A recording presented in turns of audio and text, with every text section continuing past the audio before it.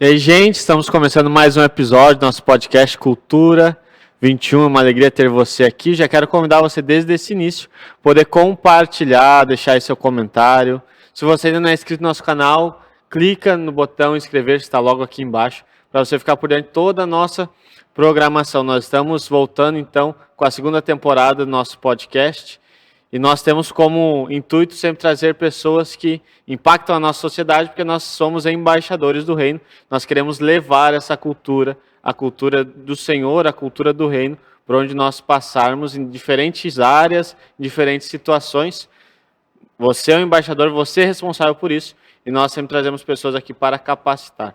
Então eu quero convidar você, mais uma vez, a se inscrever, deixar o seu like, deixar aí os comentários, as suas dúvidas, a sua participação, porque realmente não é apenas você estar assistindo uma live, não, você está conosco aqui, sentado à mesa junto, participando, conversando, deixando as suas perguntas e participações, tá bom? Eu já quero dar as boas-vindas ao nosso convidado hoje, o padre mais conhecido como Padre Lino, mas o Padre Everson Lino. Uma salva de palmas. Ele que é aqui, por enquanto ainda, vigário da Catedral, é o ecônomo da nossa diocese e mestrando de Direito Canônico, né? Seja muito bem-vindo. Muito bem, obrigado. Obrigado pelo convite. É uma alegria estar aqui com vocês. Ao mesmo tempo, uma responsabilidade. Padre, eu já quero lhe deixar um presente da nossa loja para o senhor. É a loja que patrocina o nosso podcast. Todas essas imagens aqui, inclusive, vocês podem também comprar aqui na nossa loja. Nós estamos nos aproximando já nos últimos dias do Natal, então se você ainda não tem um presépio, você deve correr. Nós temos aqui alguns modelos. Presépio, a gente tinha também um presépio que era em módulos, né? Acho que esse a gente já vendeu. Tem aqui a imagem Sagrada Família, imagem Nossa Senhora Grávida. Você pode ficar bem à vontade, nós temos materiais de evangelização na nossa loja. Se você ainda não segue a gente no Instagram, a loja Seja Emanuel, @Seja Emanuel. Padre, eu já queria começar perguntando para o senhor, pedindo que o senhor pudesse explicar para a gente, porque muitos daqueles que nos acompanham talvez não conheçam o que é direito canônico, o que é essa palavra. Talvez alguns já escutaram, mas não sabem de fato o que é, né? Bom, o direito canônico, quando a gente fala a palavra assim, o pessoal vai pensar logo num livro de normas, um conjunto de leis, uma série de preceitos jurídicos. Direito canônico é tudo isso? É, mas é muito mais do que isso, não é? Ora, o direito canônico, ele é um modo de organização jurídica. Se nós compararmos a igreja com uma sociedade, você tem que ter consciência que em qualquer sociedade você precisa de normas, você precisa de determinação, você precisa de uma medida para que a justiça seja feita. Sim. O que é possível, o que não é possível e como é que se dá essas relações. Direito canônico, então, são leis, sim, mas elas regulam a vida da igreja. Para quê? Para que ela possa cumprir a sua missão. Então, o direito canônico, para que ele existe?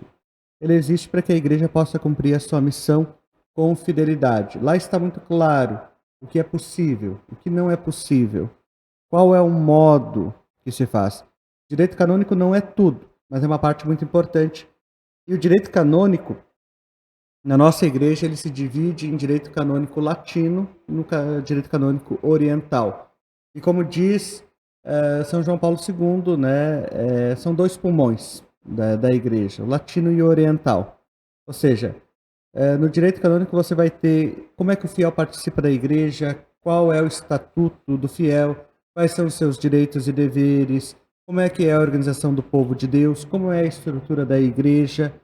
Depois você entra sobre a dimensão sacramental, quais são as normas dos sacramentos. A graça você vê lá em sacramentária, você vê toda essa dimensão antropológica em outras matérias teológicas. Mas quais são as normas? Quem pode ser batizado, quem é que não pode, por que não poderia? Quais são quem pode ser padrinho, quem é que pode ser testemunha?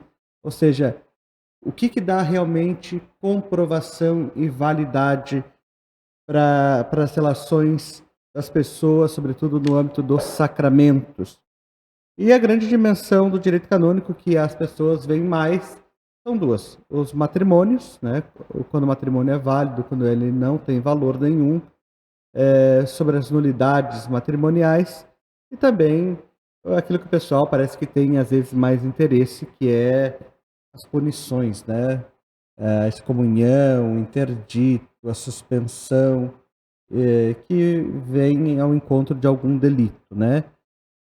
Mas por que que se comete delito? Porque existe um modo de viver. Sim. O direito canônico regula isso. Quando você não vive como deveria, é justo que se aplique alguma sanção, exatamente para que haja o bem da comunidade.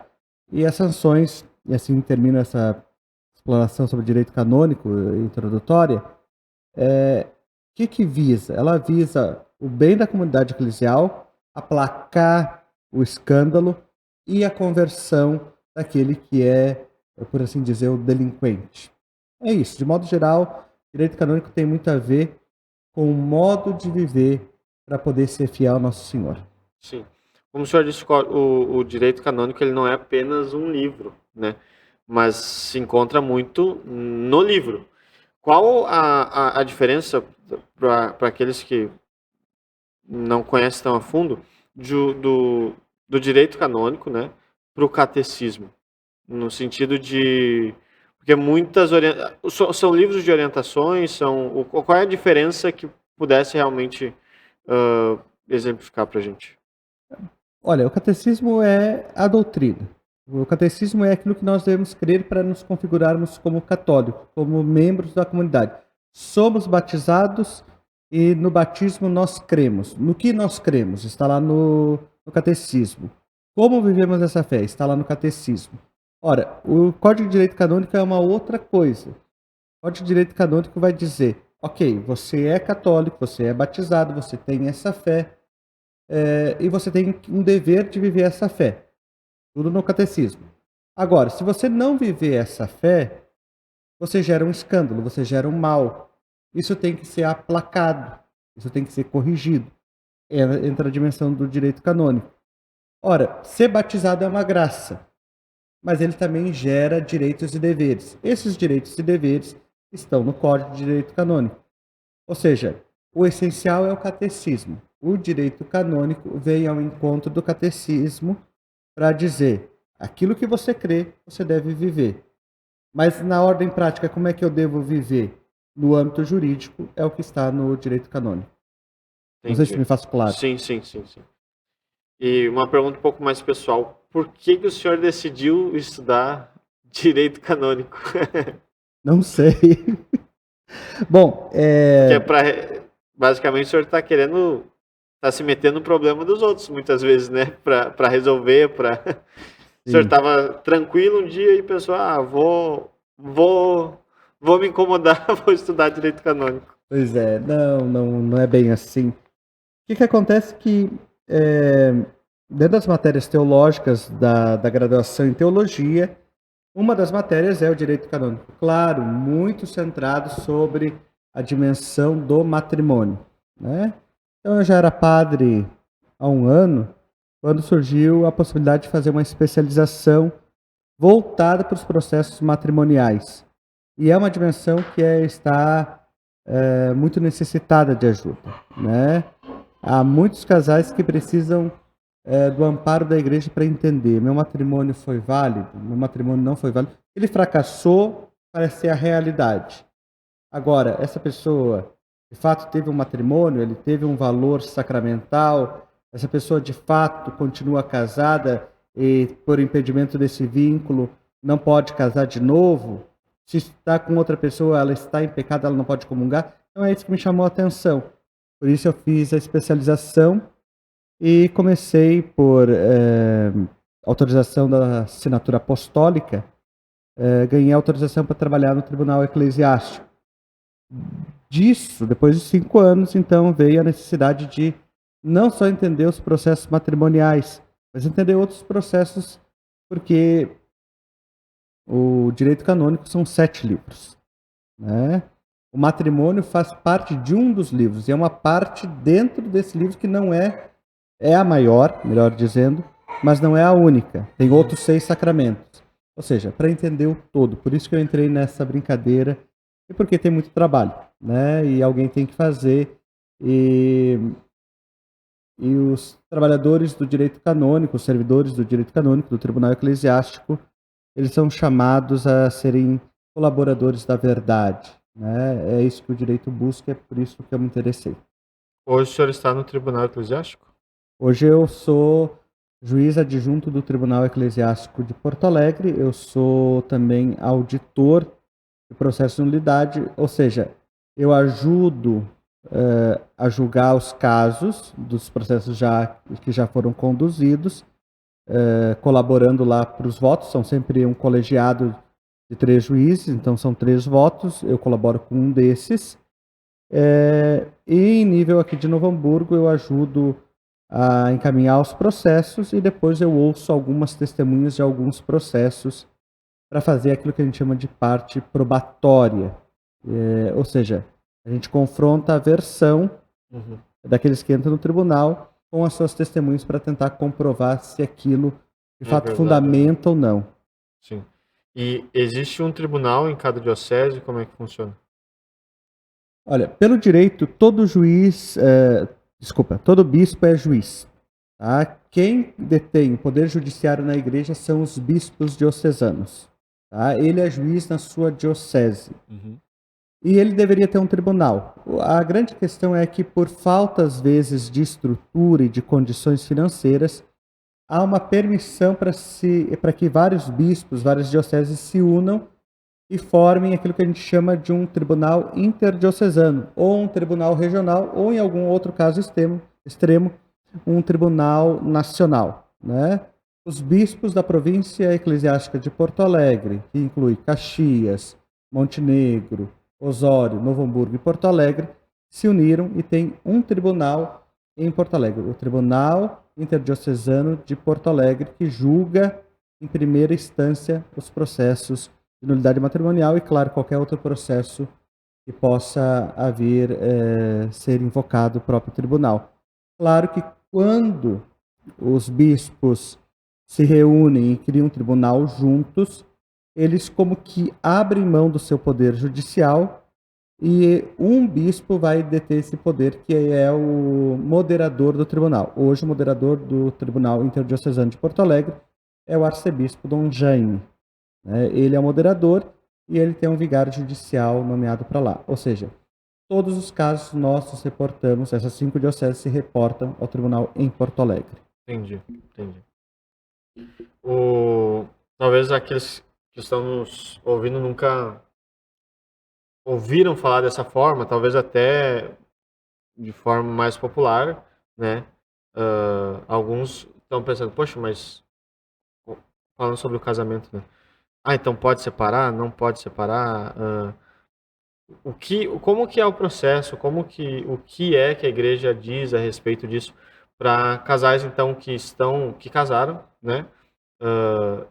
E hoje não se encontram mais juntos ou se encontram realmente nesse impasse de querer separar. Então, para que as pessoas entendam, pode separar, não pode separar, o que é nulidade, como assim meu casamento não tem valor? Alguns vão dizer, agora não tem valor mesmo para mim, né? Sim. Mas o que o senhor pode dizer para a gente sobre isso? Bom, o valor, primeiro, do matrimônio não está no subjetivo. É um valor objetivo. É isso que nós...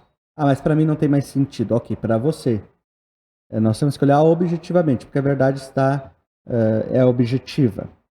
Então, assim, todo sacramento, todo matrimônio celebrado entre 2 batizados, no rito, no caso dos católicos, da forma canônica, e consumado, ele não pode ser desfeito por nenhum poder humano.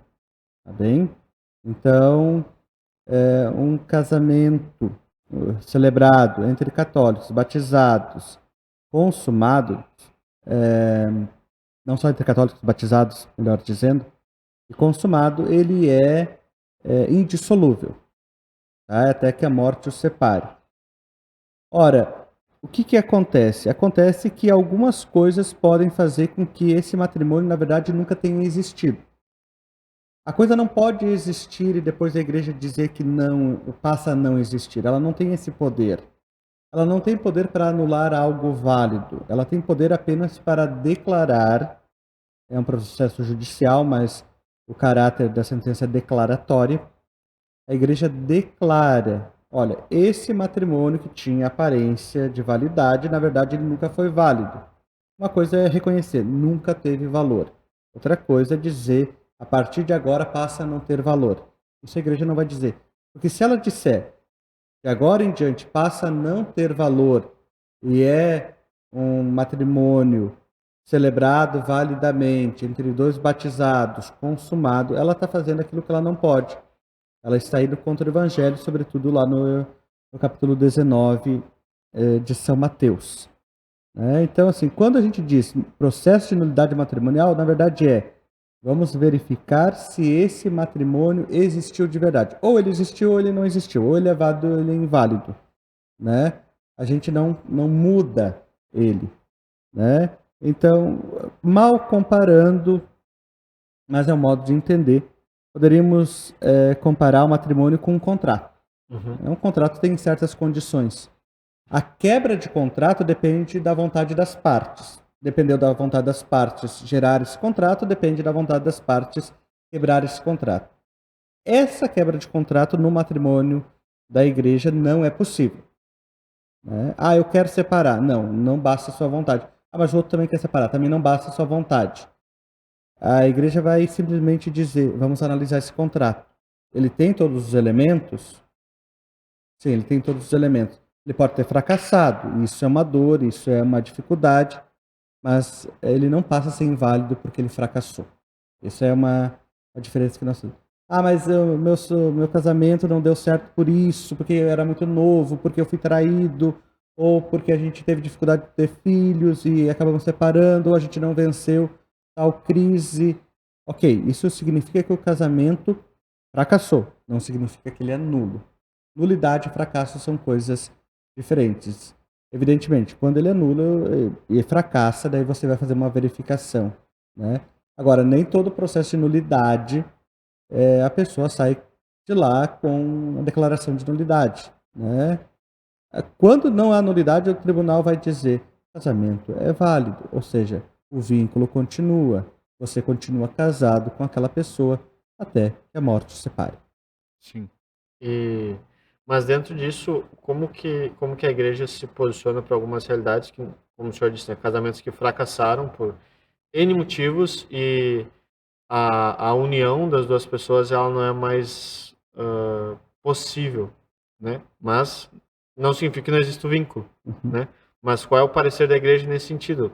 Hoje, e nós sabemos muitas vezes, muitos comentários nos dizem, mas a mulher que é, sei lá, sofre abuso dentro de casa, sofre violência doméstica, como que a igreja se posiciona a respeito disso? Bom, tendo consciência que o vínculo, quando é feito validamente, ele não pode ser desfeito, a igreja reconhece também a existência de situações onde a convivência não é mais possível. A gente fala de separação de corpos. Em quais situações? Em situação de violência, de perigo para uma das partes e para os filhos. Também em algumas situações que a convivência não é mais possível, não se conseguiu perdoar, embora a grande vocação é pelo perdão, pela reconciliação, pela volta da convivência entre as partes. O objetivo da reconciliação está sempre presente. Mas quando isso não é possível, a igreja diz: olha, há um trauma muito grande, há uma dificuldade insuperável das partes, ou há violência, há perigo, você pode fazer uma separação de corpos, mas o vínculo permanece, o casamento permanece. E sempre é invocado a possibilidade do perdão, da reconciliação. Agora não, ninguém deve ficar numa situação que é perigo para a sua vida ou para a vida dos seus filhos, né? Numa situação vexatória ou com alguém que se tornou perigoso para si e para o seu companheiro ou a sua companheira. Tá? Então, a primeira questão é essa. Diferente disso são os casamentos que fracassam por outros motivos, né? Então, separação, jamais. Mas se a realidade impõe, Isso não quer dizer que não haja ainda o casamento. Só há uma necessidade de uma separação que, se possível, deve ser apenas temporária. Entendi. Porque também o sacramento, ele, ele não deixa de existir porque as duas pessoas não estão mais juntas, né? É independente disso, ele existe por si, né? Então, se o casal está junto, ele existe, e se o casal não está junto, ele continua a existir. Independente da realidade. Ah, mas a gente está separado há 20 anos. Casaram, estão casados, até que a morte os separe. A gente volta aqui a esse ponto do objetivo e do subjetivo. Para mim, não é mais casamento, não vale mais. Objetivamente é, né? Porque a realidade sacramental ela não é temporária, né? Nesse caso. Sim. E hoje existem muitos dos casos que vocês recebem, qual é a porcentagem de casamentos válidos e não válidos hoje? Existe muitos casamentos que não são válidos? Olha, em termos gerais, nós não conseguimos quantificar isso. O que a gente consegue dizer? Que muitos dos que entram no tribunal são de fato declarados nulos. Todos? Não. Mas quando se entra no tribunal, geralmente a pessoa já teve uma conversa com o sacerdote ou com alguém entendido um pouco mais em âmbito canônico, ou tem certeza que o seu casamento foi inválido, né, por algum motivo. Agora, sim, o número de processos tem crescido. Alguns entram sem saberem exatamente o que estão fazendo, né? Agora, nos preocupa sim, porque de modo geral a gente percebe uma queda no número de matrimônios e uma elevação no número de processos de nulidade. Agora, ainda maior e talvez mais angustiante seja aqueles que estão separados, aqueles que fracassaram o matrimônio e não regularizam sua situação, nem procuram. Né? Uma coisa é não conseguir regularizar, outra coisa é nem procurar, nem tentar. Né? O que acontece? Temos muitos processos, os tribunais do Brasil, nós sabemos, estão assim abarrotados. São muitos processos, os processos, infelizmente, têm demorado pela dificuldade de termos servidores qualificados e o número de servidores nem sempre é o necessário. Por isso também fiz direito canônico. Mas o que acontece? Os processos de nulidade matrimonial, eles nunca são também recentes, né? Dificilmente uma pessoa separou e logo vai procurar processo de nulidade. Ali, às vezes, passaram anos, ela já constituiu uma outra família, ela tem um outro companheiro, às vezes ela já tem até netos com essa outra pessoa, né? O que tem? Antes havia pouco conhecimento. Depois do Sínodo da Família, da reforma do código da parte matrimonial, do processo matrimonial, feito pelo Papa Francisco em 2016, e a mídia que fez lá a sua parte, parecia assim que eram abrir as portas, tudo é válido, como se a igreja aceitasse separação. Não é o caso. Agora, em números, sim, é elevado o número de processos de nulidade matrimonial. E o número de pessoas que constituem o matrimônio tem se diminuído. Tem diminuído, de modo geral, tem diminuído. Por quê? Como é que a gente sabe esses números? A gente sabe esses números um pouco pela prática, um pouco também pelo levantamento dos livros de matrimônio. Sempre é feito um levantamento junto às chancelarias, né? O Anuário Católico que é publicado sempre. Então você sabe que o número de matrimônios vem diminuindo. Agora, por que vem diminuindo? Porque as pessoas não estão valorizando mais o matrimônio? Elas até estão valorizando alguma forma de vida juntos, mas elas está se perdendo a ideia do sagrado. Fico junto, quero uma celebração, mas o que eu quero? A celebração do meu gosto, não a celebração do sacramento. Sim. E então, claro que eu entendo que essa pergunta que eu vou fazer, ela é um pouco relativa em alguns âmbitos, porque ela vai se aplicar na prática realmente de cada caso, né? Mas qual é a orientação que a igreja dá para casais que, como o senhor disse, né, já estão talvez ali com seus netos, com filhos, e vão procurar depois regularizar isso e não conseguem, mas já se construiu uma vida, já se tem toda uma outra situação que não são só duas pessoas, né? Existem pessoas já que dependem daquela situação e a gente sabe que vamos pensar em pessoas que se importam com isso, porque se a gente pensar que a pessoa não importa, bom, então não faz diferença, né? Mas pessoas que se importam realmente com a situação de, por exemplo, não poder estar comungando, estar em pecado habitual, enfim. Quais são as orientações da igreja para essa situação? Se existe ou vai depender muito de cada caso? Olha, vamos aí pela linha não tão canônica, vamos iniciar pela não canônica e vamos para a canônica porque necessariamente andam juntas. Vamos começar pela linha pastoral. A linha pastoral diz o seguinte: acolhida. Né? As pessoas têm direito a rezar. Elas continuam sendo filhas de Deus. Ah, mas estão numa situação irregular, estão numa situação de pecado. Ok, isso é objetivo. Objetivamente, isso gera proibições, né, da comunhão eucarística, da comunhão sacramental.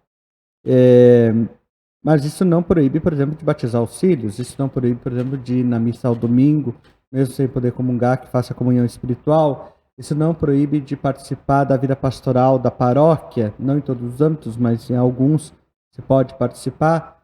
Ou seja, em primeiro lugar, entender que a igreja continua sendo o lugar delas. Primeiro ponto isso. Em segundo lugar, entender que é possível fazer um caminho de discernimento. A nulidade matrimonial faz parte de um caminho de discernimento. Entendi. Né? A pessoa sempre tem que se perguntar: por que fracassou o meu matrimônio? Né? E apesar, às vezes as pessoas dizem eu tenho culpa. Não, a culpa é dos dois. Né? Nunca alguém fracassa sozinho numa relação. Então, nesse sentido, se dar conta, qual foi a minha participação, qual é a minha situação atual, o que eu posso fazer, como é que eu posso discernir para buscar a Eucaristia, quais são os passos que eu posso dar, né? O processo de nulidade é viável para mim? Não é, eu já tentei, eu tive negado, qual é o passo que eu posso dar? Eu posso participar do bom pastor? Eu posso ter um casamento josefino, ou seja, assim, em relações, para poder comungar? Enfim, cada caso é único, né? E vai depender, então, aí do discernimento da consciência da pessoa, da doutrina objetiva da igreja e também de um bom acompanhamento. O grande dever dos sacerdotes é saber acompanhar. O que, nesse caso, pode ser feito? Né? Eu acho que é isso que tem sido, às vezes, mal entendido. O que o Papa Francisco disse na Mors Laetitia? Né? É um caminho de discernimento. Esse caminho de discernimento, ele não é rápido, ele não é fácil, né? Ele não é um oba-oba. Então, assim, é um caminho que precisa ser feito.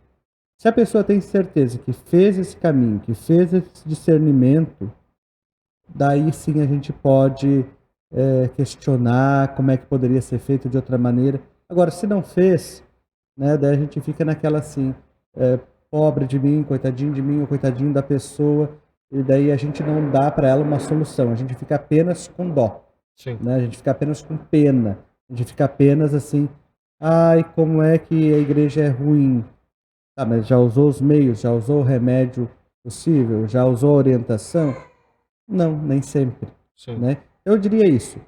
Faça tudo o que é possível, com orientação, com consciência, com objetividade. Porque o pecado também é objetivo. Sim. Claro que talvez seja diferente para os senhores que eu vou dizer, mas eu fico me imaginando, né, pensando que talvez eu teria muita dificuldade nesse sentido de... Porque hoje o senhor, querendo ou não, precisa ser, em alguns momentos, alguém que precisa analisar aquilo de forma muito fria, muito pontual. Isso não é, né? Mas como que o senhor faz para que isso não faça também perder um coração pastoral, né? Porque em um momento o senhor vai ter que dizer, não, isso é isso, e aquilo é aquilo, e deve ser assim, ponto. mas também não ser só aquela mão que vai determinar, mas também vai ser a mão que vai abraçar, que vai dizer, não, mas a partir disso a gente consegue trabalhar dessa forma. Como que o senhor faz, ou talvez não tenha essa dificuldade, né? Mas como que o senhor vê nesse sentido, para não ser só aquele que vai, a igreja num todo, né? Só aquela que vai dar a lei, mas também vai ser aquela que vai saber guiar a pessoa depois, o acompanhamento, enfim. Bom, em primeiro lugar, um dos conceitos de justiça é dar ao outro o que lhe é de direito. A primeira coisa que é de direito de cada fiel é ter um processo justo, né? Então, o direito canônico busca ser um processo justo, buscando a verdade dos fatos. Então, assim, dar um processo justo é o primeiro ponto. Isso é caridade, isso é justiça, né? Isso é um dever da igreja. Não há caridade sem justiça nesse sentido. Depois, no processo de nulidade, isso se aplica também para a pastoral, nós nem sempre teremos certeza absoluta. Sim. Né? Nós chamamos de certeza moral no âmbito canônico. Certeza moral eu não preciso ter uma certeza absoluta, porque nem sempre eu conseguirei ter essa certeza absoluta. Mas eu tenho que ter, pelo conjunto dos fatos, dos eventos, dos testemunhos, eu tenho que chegar a uma probabilidade, que deve ser razoavelmente grande, de que a pessoa fez tudo o que era possível, né, para poder dar um parecer. É um parecer. Por isso que nos processos de matrimônio não há juiz único. Poderia haver, né, poderia ser o bispo, mas geralmente é colegiado, são 3 juízes. Exatamente porque deve também ter o confronto de ideias, deve também ter essa dimensão de que eu posso estar sendo mais rígido do que deveria. Sim. Né? Por outro lado, o direito canônico não é só o conjunto das leis, ele é também o conjunto das orientações, é o conjunto da doutrina. Por isso que quando se vai julgar um caso, você tem que ter a fundamentação doutrinal. Por exemplo, é impossível fazer referência ao matrimônio sem olhar o que a Gaudium Expes diz sobre o matrimônio, sem olhar o que o Papa João Paulo II escreveu, os demais papas, eu estou citando ele porque ele é santo, sem citar a dimensão orientativa do Papa Francisco. Ou seja, em primeiro lugar, ter essa certeza. A pessoa é algo complexo. Né? E porque, exatamente porque ela é complexa, é que eu devo entender assim que as coisas não é preto no branco, não é lógico. Nem sempre as coisas são lógicas, nem sempre as coisas são óbvias, nem sempre a pessoa vai ter a reação que eu acho que dela deveria ter tido, né? Por isso que é importante a gente juntar várias disciplinas, né? Por exemplo, grande colaboração hoje no âmbito canônico tem a psicologia, a psiquiatria, né? Para entender os fenômenos que podem ter agido sobre a pessoa para que ela tomasse aquela atitude. Ou seja, a gente sempre busca a probabilidade, sempre com possibilidade de erro, sim, sempre com possibilidade de erro, mas sempre crendo que também é assistido pelo Espírito Santo. Por isso que as sentenças do tribunal começam invocando o nome do Senhor, né? E sempre antes de qualquer audiência a gente invoca o Espírito Santo, para que ele nos dê o discernimento necessário. Mas é sempre muita responsabilidade. Por isso que, num caso, você nunca pode ser temerário. Né? Você nunca pode colocar o seu gosto, a sua impressão antes da verdade. A verdade é objetiva. E eu fico imaginando também, como o senhor disse, é muita responsabilidade, porque diferente de um juiz, de um tribunal civil, ali se fala sobre um âmbito que vai impactar muito na questão, talvez até da salvação da pessoa, né? Então ela vai além da nossa vida aqui, ela vai talvez ali determinar aquilo que vai ser a salvação ou a condenação daquela pessoa, né? Porque como o senhor disse, a gente não sabe como vai ser a reação da pessoa. E dependendo daquilo pode ser, e claro que o seu parecer ele não vai depender disso, né? Mas é responsabilidade, realmente. Né? Não, exatamente, é por isso que temos que agir com muita cautela, né? Implorar o Espírito Santo, conhecer bem a doutrina, mas também conhecer bem aquele caso. Por isso que uma instrução bem feita em qualquer processo é extremamente importante. Fazer todas as perguntas necessárias, né? Entender que atrás de uma versão, às vezes, conflitiva, você tem uma pessoa, né? Aliás, às vezes não, você sempre tem uma pessoa que, ok, pode ter os seus erros, pode ter os seus pecados, pode ter as suas manias, mas que tem direito à salvação, né? Então, o que nós diríamos? Ao invocar o nome de Deus, nós já nos colocamos diante do Senhor e comprometemos a nossa própria salvação, né? Eu espero não ficar mais tempo no purgatório e merecer o céu por ter sido justo, né? Mas a consciência de que a gente buscou fazer o melhor, que a gente buscou a certeza moral necessária, isso nos tranquiliza, né? E depois, graças a Deus, e é exatamente por isso que é um âmbito também jurídico, sempre tem os processos de apelação, de impugnação da sentença, de recorrer a uma instância superior, né? Ou seja, a estrutura da igreja não deposita só sobre uma pessoa, né? Não, há um conjunto todo, há uma estrutura toda que faz com que você tenha a consciência. Eu tenho que fazer a minha parte pode ser decisiva, mas eu sou auxiliado por Deus e também sou auxiliado pela igreja na sua estrutura, é uma estrutura bastante sábia. Sim. Já que o senhor falou antes, né, o Papa Francisco, ele é difícil quem está no meio termo com ele, né? Ou as pessoas o amam, ou as pessoas outras o odeiam, né? Eu particularmente não conheço alguém que diga que não tem uma opinião sobre o Papa Francisco, né? O Papa Francisco é aquele que ou você ama ou você o detesta, né? E segunda-feira nós fomos noticiados, então, né? Ou pelo menos da minha parte, fui surpreendido com um documento, né? Que é o Fiducia Supplicans. Como é que é? Supplicans. Aí, ó. Já começa já bota o nome difícil já para a dificuldade já começa no nome do documento. Mas enfim, eu tava pegando aqui até algumas notícias que eu vi, né? Que as manchetes era Vaticano anuncia permissão para bênção a casais do mesmo sexo. E só isso que a pessoa coloca, né? A pessoa o documento ele não traz só essa frase, nem sei se traz essa frase, a gente vai falar sobre isso, né?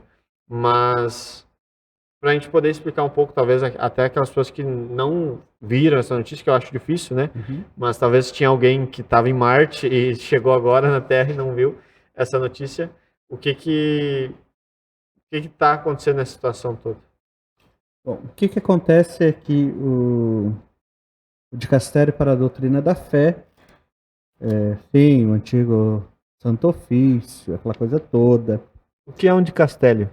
O dicastério, vamos comparar assim, é um departamento, é um ministério da Igreja de Roma a serviço do Santo Padre o Papa, né? Os dicastérios são comandados não mais só por cardeais, antigamente eram só por cardeais, e eles servem a igreja como um todo. São departamentos que cuidam de assuntos específicos, das missões, das igrejas orientais, dos ritos, do clero, dos bispos, e tem este que cuida da fé objetivamente, por assim dizer. Para exemplificar como os ministérios de um governo. Exatamente. Tem o Ministério da Educação, da Saúde, enfim. Exato. Você pensa que o Papa é o governante máximo, e tem poderes máximos, plenos, mas que ele precisa de ajuda. Não dá para ele cuidar de todas as dimensões da igreja, né? Não pessoalmente, pelo menos. Sim, imagino. Então, ele conta com a colaboração dos dicastérios, que tem lá os seus oficiais, que tem lá o seu prefeito, que tem lá o seu secretário, que tem os seus departamentos internos, e que vão cuidar de determinados assuntos, sejam eles em âmbito mais pastoral, por assim dizer, com suas orientações, sejam eles em âmbito mais doutrinal ou mesmo canônico. Tá bem? Bom, então, o cardeal Victor Manuel Fernandes, que é o prefeito do Dicastério para a Doutrina da Fé, ele publica, e é sempre com a aprovação do Papa, essa declaração. Uma declaração não é um documento do Papa, não é um documento de autoridade máxima da Igreja, mas o Papa aprovou. O Papa, como diz o próprio cardeal, ele foram se recorrendo ao Papa, foram tendo audiências, e ele aprova essa declaração. É a primeira declaração em muito tempo. A última declaração, se eu não estou enganado, foi em 2001, Dominus Iesus, que é sobre o senhorio de nosso Senhor Jesus Cristo. Né? Uma declaração, ele não cria normas, né? Ele quer esclarecer pontos. Por isso que o documento coloca que muitas questões mais atuais, mas também antigas, haviam chegado ao dicastério, que a dúbia de cardeais, já respondida pelo Papa, também ia nesse sentido. Ou seja, a declaração ele quer esclarecer algum ponto, né? Mas não cria nenhuma novidade. Tanto não cria que o ponto principal é a bênção sobre as pessoas em situações irregulares. Situações irregulares é o quê? Pessoas que não estão mais no seu matrimônio, estão em outras relações. Ou pessoas do mesmo sexo, né? Então... E ele vai falar no documento, sobretudo, nessa questão de, vamos dizer assim, de casamento, ele vai falar sobre isso, não é que isso está também citado no documento, é falado sobre isso. O documento fala sobre bênção geral. O documento fala sobre bênçãos, tá? Traduzindo, o título do documento é a confiança suplicante. É o povo que pede bênçãos. Vai dizer, as bênçãos da igreja, elas podem ser dadas a quem? De que maneira? Basicamente é isso. Por quê? Porque faz parte da fé do nosso povo, do povo católico, pedir bênção. Bênção mãe, bênção pai, bênção padrinho. Bênção padre, né? Bênção da igreja. As pessoas dizem isso quando querem ter a aprovação da igreja. Quero ter a bênção da igreja. Vou casar na igreja para quê? Para ter a bênção de Deus. É sobre isso que o documento fala, né? E claramente, falando sobre bênçãos, vai avançar sobre a possibilidade de bênçãos das pessoas em situações irregulares e pessoas que estão com pessoas do mesmo sexo, tá? Numa relação afetiva, né? Ora, o documento começa esclarecendo que não mudou a doutrina da igreja sobre matrimônio. A bênção matrimonial é para um homem e para uma mulher. A igreja é muito clara, né? Matrimônio se dá entre um homem e uma mulher, que se entregam um ao outro num consentimento mútuo, numa entrega mútua, numa relação de fidelidade e de amor, por todos os dias até que a morte os separe. E essa relação é aberta à vida. Esta relação, o matrimônio, tem a bênção ritual, a bênção da igreja, a bênção, inclusive, de um clérigo. E se fosse na igreja oriental, apenas de um sacerdote. Né? Então, assim, não se está abençoando como se matrimônio fosse, como se a relação fosse ok, outras relações. Está se abençoando, e o documento deixa muito claro, o matrimônio. Ah, mas as pessoas do mesmo sexo, as pessoas em relações irregulares, que bênção vem sobre elas? Não é a bênção litúrgica.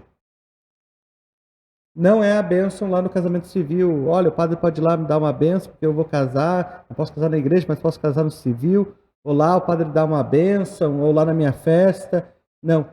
Esse tipo de bênção que possa causar confusão, que possa dar a ideia de que aquela relação irregular, né, ou do mesmo sexo, ou uma afetiva, possa ser abençoado como se matrimônio fosse, isso não está permitido. O documento é muito claro. A doutrina Não está e não estava. não estava, nunca esteve. Não muda. Não muda. A doutrina não muda, né? A doutrina não muda, ela é fiel, né? Então, assim, a doutrina da igreja sobre o matrimônio permanece o mesmo. Matrimônio é entre homem e mulher. E essa recebe a bênção plena, que é a bênção sacramental, né? Quem faz o sacramento do matrimônio são os noivos, porque eles são os ministros, eles que prestam o consentimento, mas eles recebem a bênção litúrgica. Não se está permitido de maneira alguma que se use os paramentos, que se faça em lugares sagrados, que se faça junto a outros sacramentos, ou que se dê a impressão de ser matrimônio, porque matrimônio não é. Tá? Eu gostaria de chamar a atenção ao número 38 do documento, são 45 números, depois de uma introdução breve do cardeal. Número 38 diz, mas que tipo de bênçãos pode ser dadas? As bênçãos que podem ser dadas, em primeiro lugar, uma bênção espontânea, não há rito. Não está no ritual de bênçãos, não está no sacramentário, não está no presbiteral, que é um livro que nós temos que junta vários rituais. Não está. É uma bênção espontânea, invocando sobre o quê? Que tipo de bênção? Invocando sobre eles, diz o documento, a paz, a saúde, o espírito de paciência, o diálogo, a ajuda mútua. Ou seja, e o que visa essa bênção? Que busquem fazer a vontade de Deus, que busquem ter o auxílio do Senhor, que busquem superar com o auxílio divino as dificuldades que têm. Ah, mas isso é abençoar o pecado? Não, estão abençoando a pessoa, não o pecado, porque não estamos abençoando a sua relação. Estamos abençoando as pessoas, para que possam discernir, para que possam superar. Falávamos antes dos casais em segunda união, numa união irregular. Essas pessoas precisam da bênção de Deus. As pessoas precisam do auxílio divino. Ah, mas tem que ter conversão. Ok, mas talvez naquele momento não puderam ter, falando aqui de pessoas que estão numa segunda união, já são com outra pessoa, já tem filhos, já tem netos, já estão 20 anos juntos, já tem ali uma vida constituída. Essas pessoas vêm pedir bênção, essas pessoas vêm buscar o auxílio divino. Isso não significa que elas não têm que fazer um caminho de conversão. Elas devem, como todos nós devemos, fazer um caminho de conversão. Então, o documento é sobre bênção. A bênção, isso está muito claro para o estupor de alguns, a bênção pode ser dada a todas as pessoas que suplicam. Esse é o nome do documento. É uma súplica da bênção divina. Ora, a bênção divina, ela, como a graça divina, se dá a cada pessoa, porque Deus conhece o coração. O que a igreja não está dando dizendo, é a mesma bênção para os casados, é a mesma bênção para as situações irregulares, é a mesma bênção para os homossexuais que estão aí unidos. Não, são todos filhos de Deus, todos precisam de conversão, todos podem implorar. Volto a dizer, número 38 do documento, a bênção solicitando a paz, a saúde, a paciência, o diálogo, a ajuda mútua, mas também, e essa é a última frase desse parágrafo, mas também a luz e a força de Deus para cumprirem a sua vontade. Na bênção pode estar implicado a graça necessária para uma mudança de vida, para a superação daquela situação. Alguns estão criticando, estão dizendo, mas capaz que as pessoas não vão achar que é matrimônio. Não, matrimônio não é. O que vale não é o julgamento desse ou daquele. Esse é um pronunciamento oficial. E oficialmente a igreja está dizendo, matrimônio não é. Bênção de matrimônio não é. Equiparação a matrimônio não é. Jamais foi. Sim. O documento, eu não vi, ele vai falar sobre a bênção enquanto indivíduo, pessoa a pessoa, ou ele vai falar também no sentido de bênção ao casal, aos companheiros de relacionamento, ou ele não vai citar essa situação? Não, ele vai falar, né? Mas aqui está uma coisa muito clara. Você não está abençoando a relação das pessoas. Você está abençoando as pessoas. Você está pedindo para elas as graças necessárias, né? Porque uma pessoa em situação irregular, ou um homossexual, como também um hétero casado, né? Ou um celibatário, né? Vai pedir uma bênção. Ok? E cabe algo muito importante a isso. Pode ser dada a bênção ali aos dois juntos? Pode, não está proibido. Mas vai caber ao discernimento do sacerdote. Isso está muito claro. Não está aqui dito, todos devem dar a bênção em qualquer circunstância, de qualquer jeito. Não. Está dito que não pode ser feito, não pode ser equiparado a matrimônio. Não pode gerar confusão. Cabe ao discernimento do sacerdote. De maneira particular, essa bênção deve ser dada.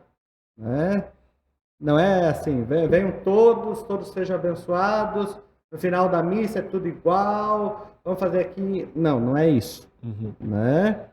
Então, assim, nessa modalidade de bênção, a bênção é sobre a pessoa. Volto a dizer, o número 38 deixa muito claro.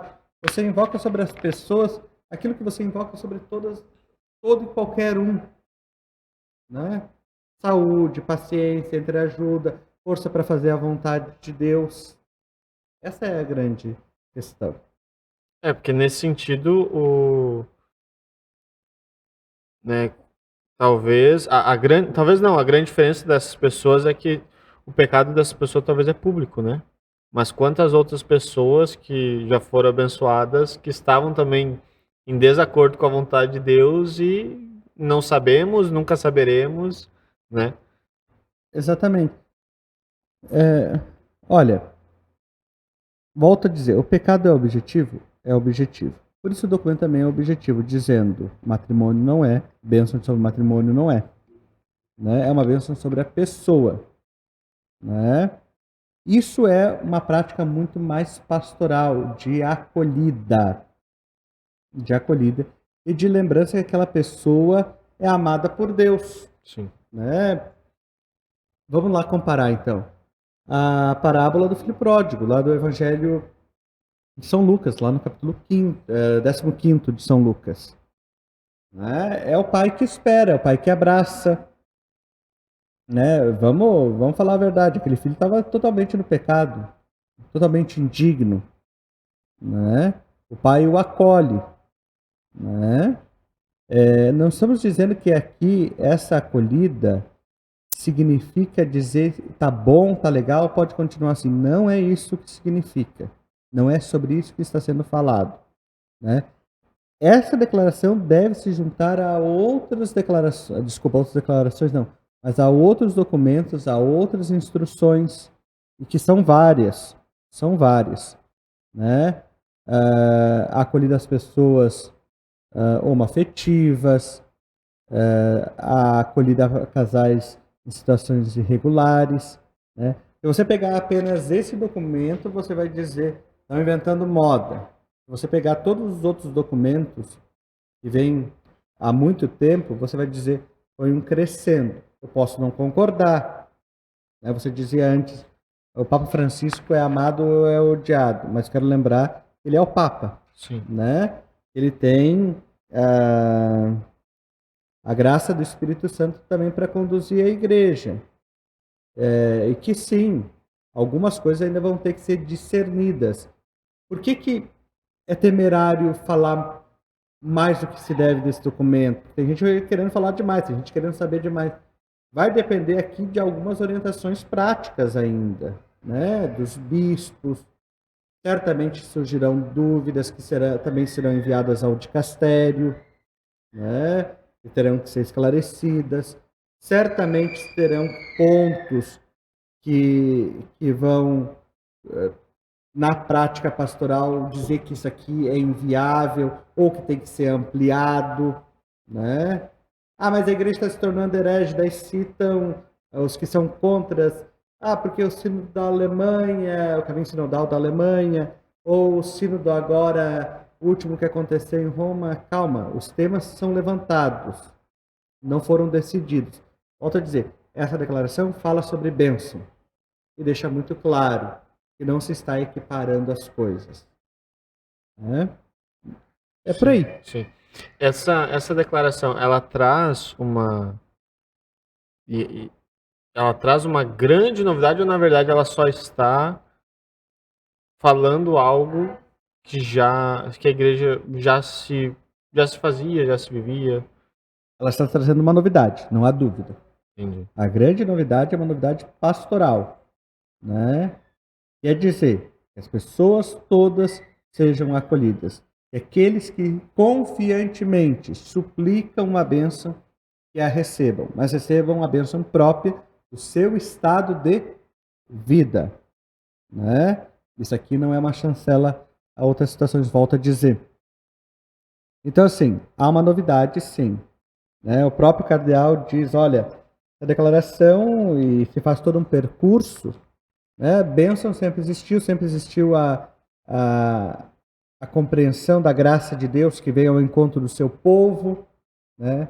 Agora se está dando um passo também, sobretudo, isso se deixa muito claro no documento, que é o encontro da eclesiologia do Papa Francisco. Se você for olhar, né, são 31 notas de rodapé, 31 referências.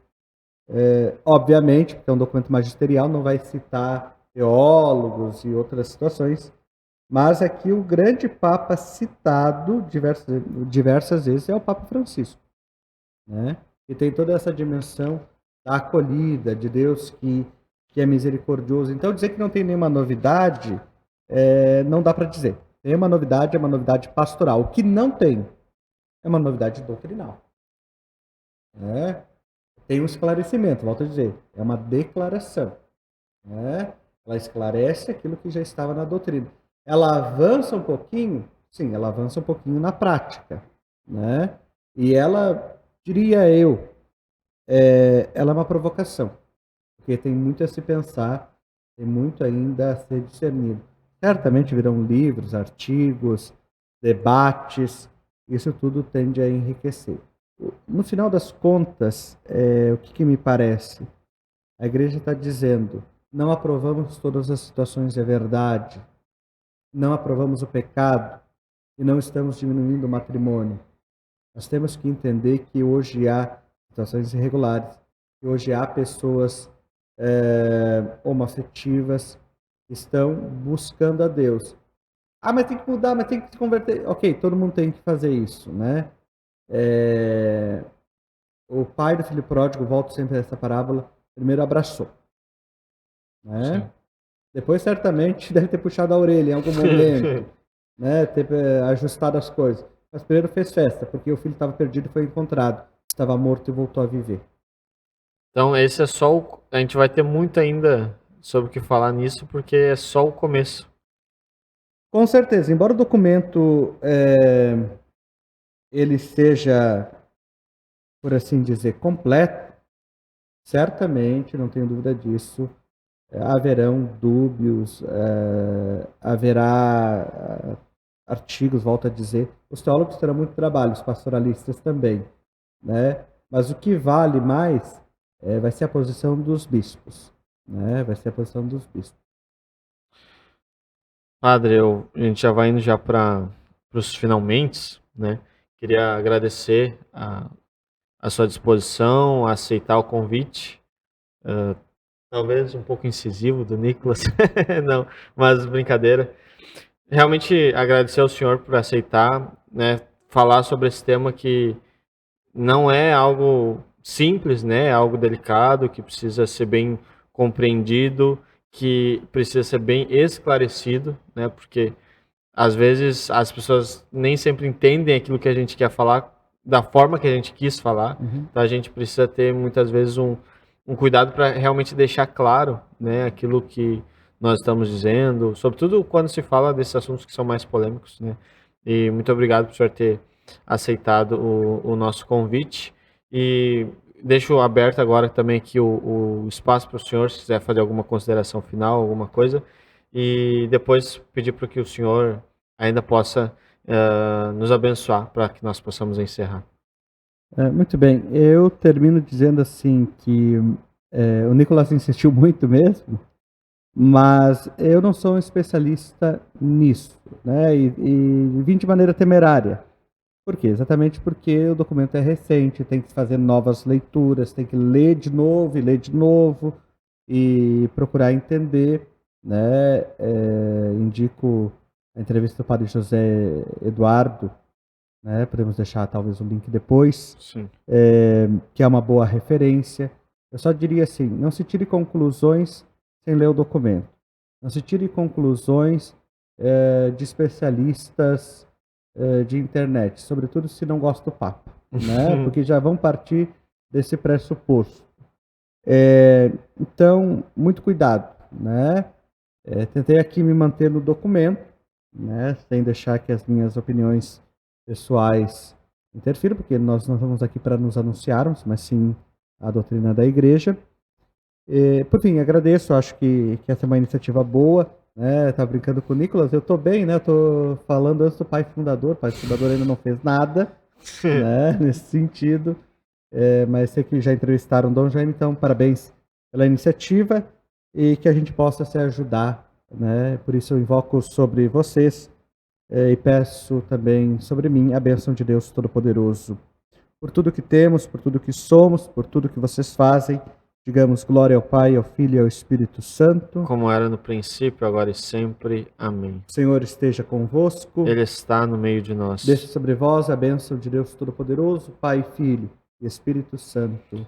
Amém. Então, mais uma vez, muito obrigado, Padre Lino. Muito obrigado a você que esteve aqui conosco.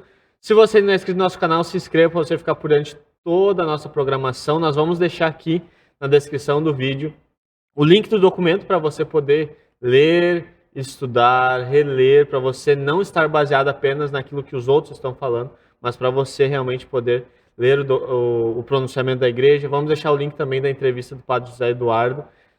De novo, realmente vá atrás, procure, duvide daquilo que nós mesmos estamos aqui falando, né? Veja se aquilo que nós estamos falando está baseado naquilo que a igreja está dizendo.